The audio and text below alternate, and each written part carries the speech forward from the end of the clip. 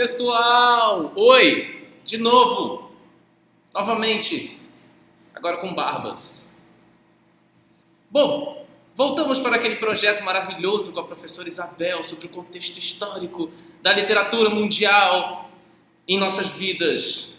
Saímos da Idade Média, daquela ideia de que Deus manda em tudo e nós criticamos em silêncio.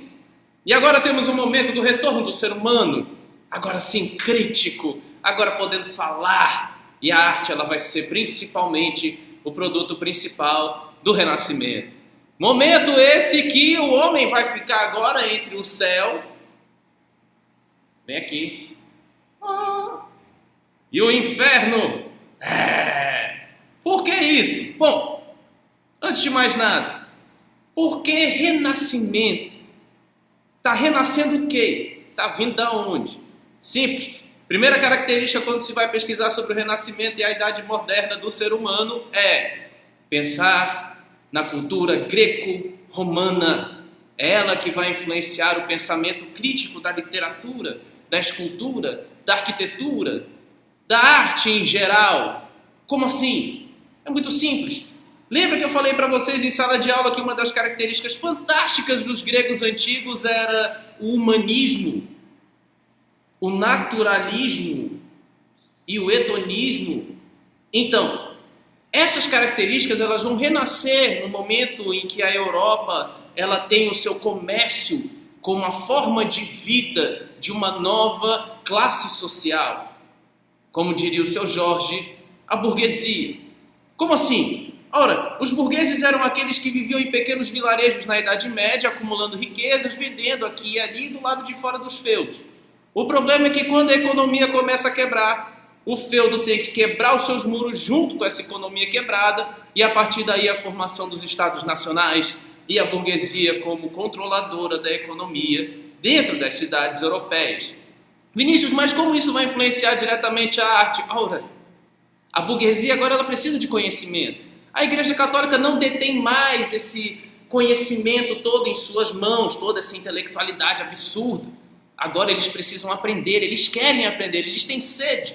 Os mecenas vão aparecer, por exemplo, para fazer o quê? Financiar artistas, livros e até folhetins serem distribuídos dentro das cidades. Ou seja, a cultura ela vai se expandir com maior facilidade para o restante da população. Claro, aquela população que sabe ler. E é nesse momento que a burguesia se destaca como classe social. Ela acumula riquezas. Ela às vezes é mais rica do que uma família nobre, por exemplo. Mas ela não está preocupada ainda com os títulos de nobreza. Ela está preocupada sim em se reafirmar socialmente e mostrar para onde, como e por que ela veio. Muito legal o seguinte, por que eu estou entre o céu e o inferno então? Porque o poder está aqui no meio. Explicação clara. Agora, o homem é o centro de tudo. Claro, a mulher também, o homem porque é um vício de linguagem machista muito horrível. Mas depois eu falo sobre isso. Enfim, o ser humano é o centro de tudo. Como assim? Lembra que na Idade Média eu falei que Deus emanava tudo, até o próprio conhecimento? Pois é. Com o Renascimento e com essa intelectualidade sendo expandida para todos os lugares, o que vai acontecer? Simples. O homem agora vai pensar por ele mesmo. Ou seja, ele vai criticar aquilo que é divino e aquilo que é infernal. Ou seja, o conhecimento vai partir da razão e não do divino. Seja ele bom ou ruim, ou não. Enfim, se o homem agora é o centro de tudo, então dele vai emanar o quê? Simples. O conhecimento. E do conhecimento se emana a crítica, e do conhecimento se emana a criatividade. E é na criatividade que a arte encontra o seu caminho. Pinturas, poesias, literaturas, coisa linda, livro pra caramba, quadro pra caramba, poesia pra caramba. E agora sendo criticada abertamente. Por mais que a Igreja Católica ainda atue nesse período com a Inquisição, ela não vai conseguir abarcar tudo aquilo que é feito durante a Idade Moderna.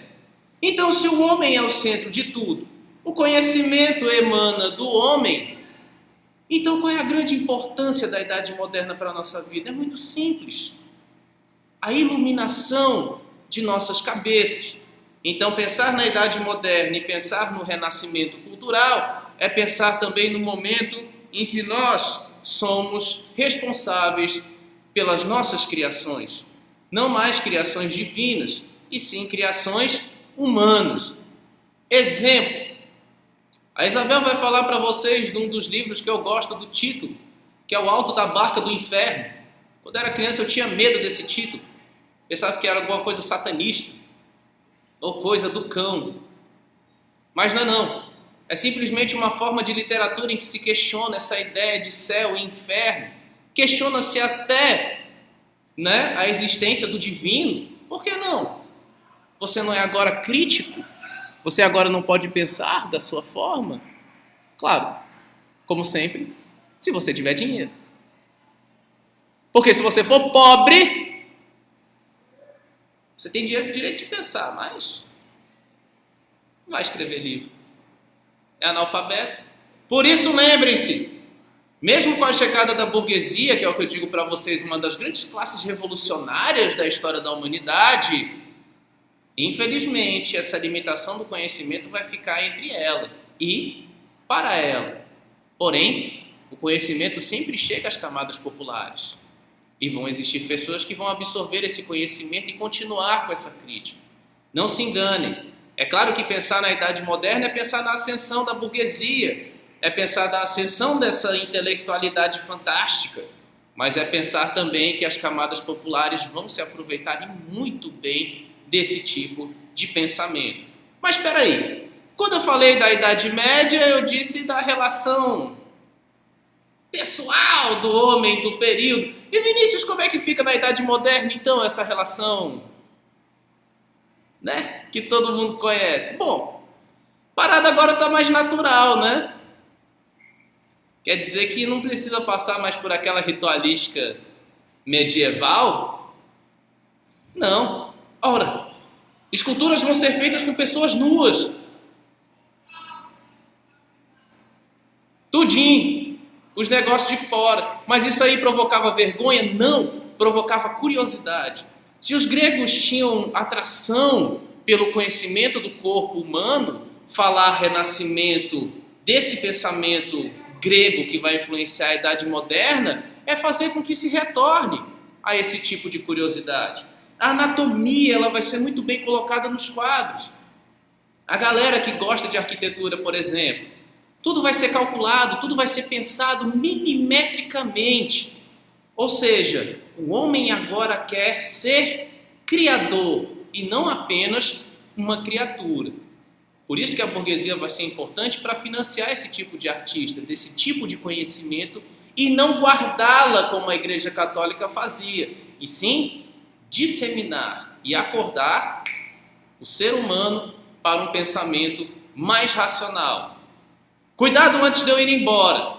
Não quer dizer que esse pensamento racional surge para acabar com a religião. Pelo contrário, a religião ainda vai fazer parte da vida das pessoas. O problema é que ela não vai comandar mais a vida das pessoas, e sim fazer parte, não como uma obrigação, mas como uma prática principalmente cultural. Exemplo, leia Dante Alighieri, a Divina Comédia, o Decamerão do Boccaccio, que tem umas histórias bem interessantes, para quem gosta de esculhambação. E também, principalmente, as obras de Leonardo da Vinci, que a grande maioria são demonstrações de acontecimentos bíblicos. Cuidado, galera! Muita atenção quando se estuda história. Saber o contexto histórico é muito importante, principalmente de um pensamento geral do período, para que vocês não caiam em conclusões precipitadas. É isso aí! Ah, Vinícius, e o casamento, como era na Idade Média? Tinha mais não, cara. Agora podia pegar geral, se você tivesse dinheiro. Se não, vida que segue. Sempre. Gente, obrigado. Valeu, tem que fazer aqui desse lado, E o joinha aqui. Valeu, gente. Tudo de bom. Show de bola!